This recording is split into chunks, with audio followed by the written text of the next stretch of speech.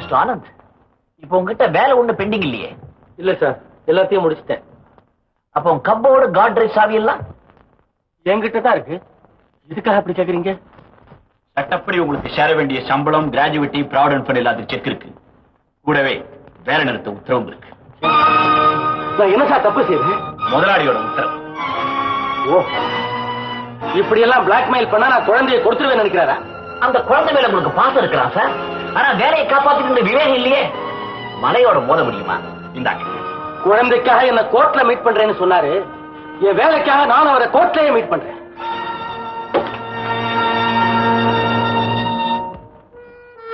Sir, வேலையை விட்டு நிறுத்திட்டாங்களாமே, நிஜமாவா சார்? பேசாம குழந்தைய கொடுத்துருங்க சார். குழந்தைய பிறக்கலன்னு நினைச்சுங்க. வேலையே இல்லைன்னு நினைச்சுக்கிட்டு வெளியே போயிடுறேன். ஏன் சார், இத்தனை வருஷம் சர்வீஸ்க்கு அப்புறம் என்ன சார் செய்ய போறீங்க? பேசாம குழந்தைய கொடுத்துருங்க சார். தங்கராஜ், ரிட்டையர் ஆகிற வரைக்கும் நான் வேலையில இருந்தா சுமார் 1 லட்சம் ரூபாய் கிடைக்கலாம். என் சர்வீஸுக்கு மதிப்பு போட்டுட்டேன். என் சம்சாரத்தோட உயிருக்கு மதிப்பே போட முடியாதுப்பா. சீதா, சீதா, இன்னைக்கு ஆபீஸ்ல வேலைக்கு வேண்டான்னு சொல்லிருப்பாங்க, அதானே? பரவாயில்ல. ஸ்கூலுக்கு போன ராஜு இன்னும் திரும்பி வரவே இல்லை. இவ்வளவு நேரம் ஆயிடுச்சு, இன்னும் வரலையா? முதல்ல அது பாருங்க.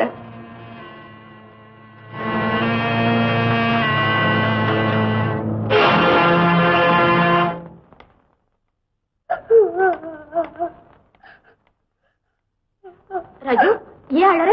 அழக்கூடாது. நான் தான் உனக்கு அம்மா.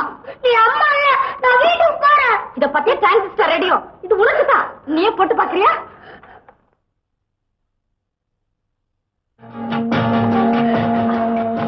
ராஜு, நீ வீட்டுக்கு போய் நான் அவங்க கூடவே போயிடுறேன் அப்படின்னு சொல்லிடுறியா? அப்படி அவன் சொல்ல மாட்டான். பள்ளிக்கூடத்துல இருந்து வீட்டுக்கு திரும்புற பையனை கடத்திக்கிட்டு வந்து குழந்தை மனசை கலைக்க பாக்குறீங்களா? அது மட்டும் நடக்காது. ஏன் நடக்காது? அடி மேல அடி வச்சா அம்மி நகரம், தெரியுமா? அம்மி நகரம், ஆனந்த நகரம். முதல் அடி வாங்கி இருப்பீங்களே. ஓஹோ, என் உத்தியோகத்தை பறிச்ச புண்ணியத்தை நீதான் கட்டிக்கிட்டியா? பழி வாங்கும் படலத்துல இதுதான் முதல் கட்டம். அத பத்தி நான் ஒண்ணு கவலைப்படல. அன்னைக்கு இந்த கால்ல விழுந்து நான் செஞ்சேன், இன்னைக்கு ஏன் கால்ல விழுந்து உங்களை கதற வைப்பேன். அது கனவுல கூட நடக்காது. உங்க மனைவியை முன்னால மண்டி போட வைப்பேன். என் உயிர் இருக்கிற வரைக்கும் அப்படி நடக்க நான் விடுவேன். அந்தஸ்தோட வந்த என்ன புறக்கணிச்சிட்டு அட்ரஸ் இல்லாதவளை கல்யாணம் பண்ணிட்டு நான் பழி வாங்க. வாய மூடு. அவன் எங்க, நீ எங்க? என் மனைவியை பத்தி யாராவது பேசுறேன், என்ன நடக்கும்னு எனக்கே தெரியாது. கூலிக்கார ஆத்திரம் கோடீஸ்வரி என்ன செய்யும்? நேரம் வரும்போது நீயே தெரிஞ்சு.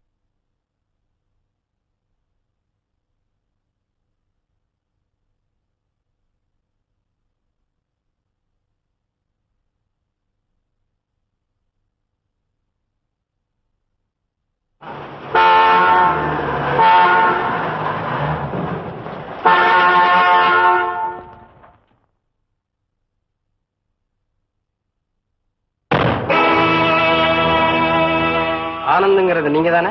ஆமா. நீங்க யாரு? நான் கோர்ட் அமீனா, சம்மன் கொடுக்கறதுக்காக வந்திருக்கேன். சம்மன்? ஓ, இந்தாங்க, இதுல ஒரு கையெழுத்து போடுங்க.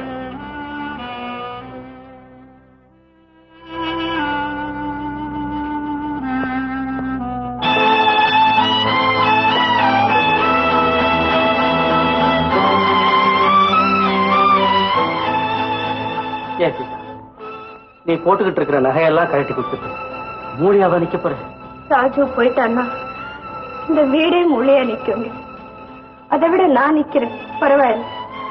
இந்த கேஸுக்காக எங்கிட்ட இருக்கிற எதையும் இழக்க நான் தயாரா இருக்கேன். இந்த மஞ்ச கயத்தை தவிர எப்படியாவது என் பிள்ளையை மீட்டு கொண்டாங்க. ஆனந்த், உங்க நிலைமை எனக்கு நல்லா புரியுது. ஆனா இதை எதிர்த்து வழக்காடுறதுனால எந்த விதமான லாபம் இருக்கிறதா எனக்கு தெரியல. நானும் ஒரு வக்கீல் தான், இருந்தாலும் சார், நீங்க முயற்சி பண்ணா நிச்சயமா இது சாத்தியமாகும்னு நான் நம்புறேன். என்ன அவரே நம்ம பக்கத்துக்கு வழக்காடுவார் நினைச்சு கூட்டிட்டு வந்தா அவங்க பக்கமே வாதாடிக்கிட்டு இருக்காரு. அம்மா, கோவப்பட்டு பிரயோஜனம் இல்ல. நான் நல்ல எண்ணத்தோட தான் சொல்றேன். இந்த பையன் தான் அவங்க குழந்தைங்கிறத ரத்த பரிசோதனை தெளிவாக்கி இருக்கு. மிஸ்டர் ஆனந்துக்கும் இறந்து போனதா சொல்லப்படுற அவங்க குழந்தைக்கும் முகச்சாயல் ஒன்னா இருக்குன்னு அவங்க நிரூபிச்சுட்டாங்க. அப்படின்னா அந்த புள்ளி அவங்க தான் சாகடிச்சாங்க. இப்ப வாதாடுவீங்களா? எங்க பக்கம் என்ன பேசாரு இவரு? இந்த பாருங்க, எங்களுக்கு ரத்தமும் வேண்டாம், செத்த பிள்ளையும் வேண்டாம். இந்த பிள்ளை எங்களுக்கு வேணும். என்ன சார் இவங்க கொஞ்சம் கூட புரிய மாட்டேங்குது. அம்மா, நீங்க பாசத்தை மட்டும் காரணம் காட்டி பேசுறீங்க. அவங்க ஆதாரம், சட்டம், செல்வம் எல்லாத்தையும் வச்சுக்கிட்டு உரிமை கொண்டாடுறாங்க. நீங்க இவர் சரியில்லைம்மா.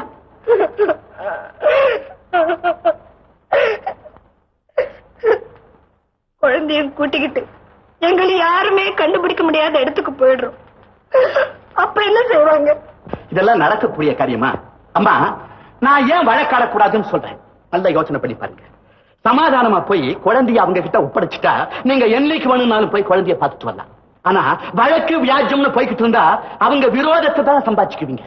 வழக்குல அவங்க ஜெயிச்சிட்டாங்களானா நீங்க என்னைக்குமே குழந்தைய பார்க்க முடியாது. வழக்குல தோல்வி, வாழ்க்கையில துயரம். வேணுமா? அது வேண்டாம். ஆனா வாழ்க்கைக்கு நல்ல புருஷன், வழக்குக்கு ஒரு நல்ல வக்கீல் வேணும். அது எங்களுக்கு தெரியும். பெத்தவன் எப்படி சார் புள்ளைய தானமா கொடுப்பா?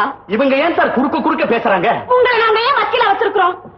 கோர்ட்ல எங்களுக்கு பேச தெரியாது, எங்களுக்கு பதிலா உங்களை பேச வச்சிருக்கிறோம்.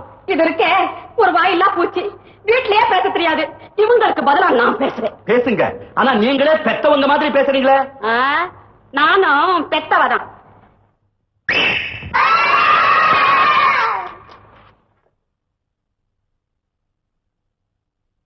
எல்லாம் நான் பெற்ற செல்வங்கள். எல்லாமே வா. ஒன்னு ரெண்டு மிஸ்டேக். ஐயோ பாவம். ஒன்னு ஊர் வந்த விலைக்கு வாங்கிட்டு வரும், ஒன்னு உடம்பெல்லாம் காயமாக்கிட்டு வரும், ஒன்னு வீட்டுல இருக்கிறது எல்லாத்தையும் கொண்டு போய் வித்துடும், இன்னொன்னு வீதியில இருக்கிறது எல்லாத்தையும் சுருட்டிக்கிட்டு வந்துடும். எல்லாமே வரலாதான்.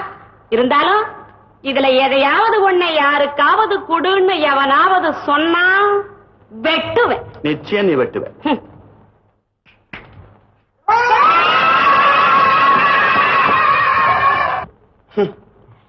குழந்தைய கொடுன்னு இப்ப சொல்லுவீங்களா? அம்மா, நீ கொஞ்சம் சும்மா இரு. அம்மா, உள்ள போய் ஒரு பிளேட்ல பால் சாதமும் இன்னொரு பிளேட்ல பழைய சாதமும் கொண்டு வாங்க. உங்களுக்கு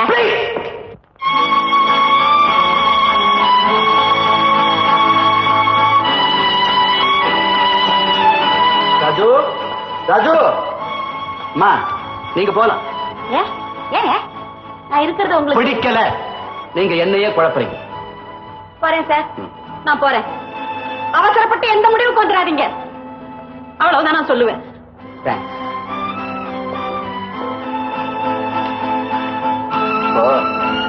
நான் ஏன் இதை கொண்டு வர சொன்னேன் தெரியுமா? குழந்தையோட மனோபாவத்தை உங்களுக்கு புரிய வைக்கிறதுக்காகத்தான். அஜு, வா வா வா வா. இங்க பாத்தியா, 2 பிளேட்ல சாதம் இருக்கு. இதுல எந்த சாதம் உனக்கு பிடிக்குதோ அந்த சாப்பிட்டு சாதம். பயப்படாத, சாதம் தான் சாப்பிடு.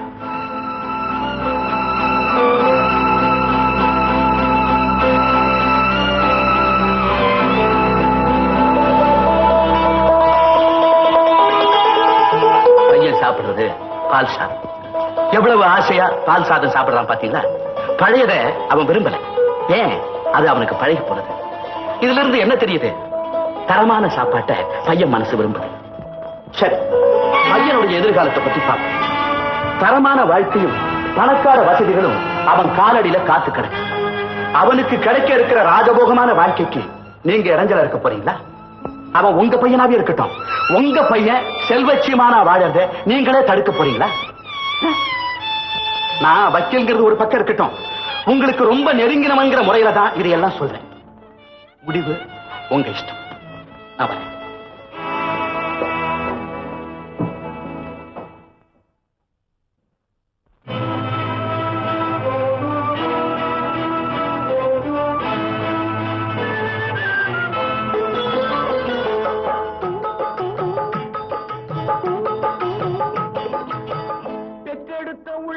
என்றும் தெய்வம் தெய்வம்,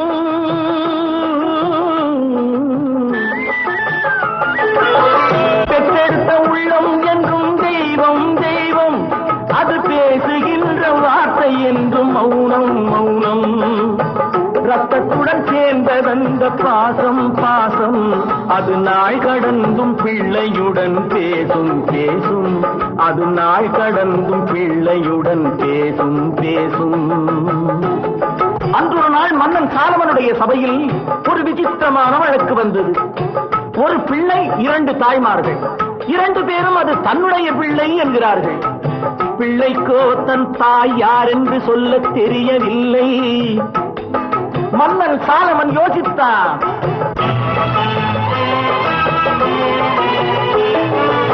ஒரு தாயார் பல பிள்ளை பெறுவதுண்டு, இரு தாய்க்கு ஒரு பிள்ளை வருவதுண்டோ, அசல் யாரோ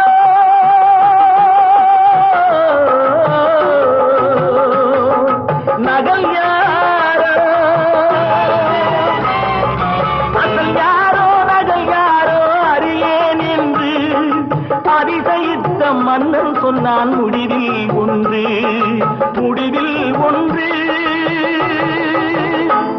இரண்டு பேருமே இது தன் பிள்ளை என்பதால் யாரிடம் ஒப்படைப்பதென்று தெரியவில்லை. ஆகவே காவலா, இந்த பிள்ளையை ஆளுக்கு பாதியாக கொடு என்றார். காவலன் சென்றான், இடைவாளை எடுத்தான், அந்த மகனை இழுத்தான், வாளை ஓங்கினான், வாளை ஓங்கினான்.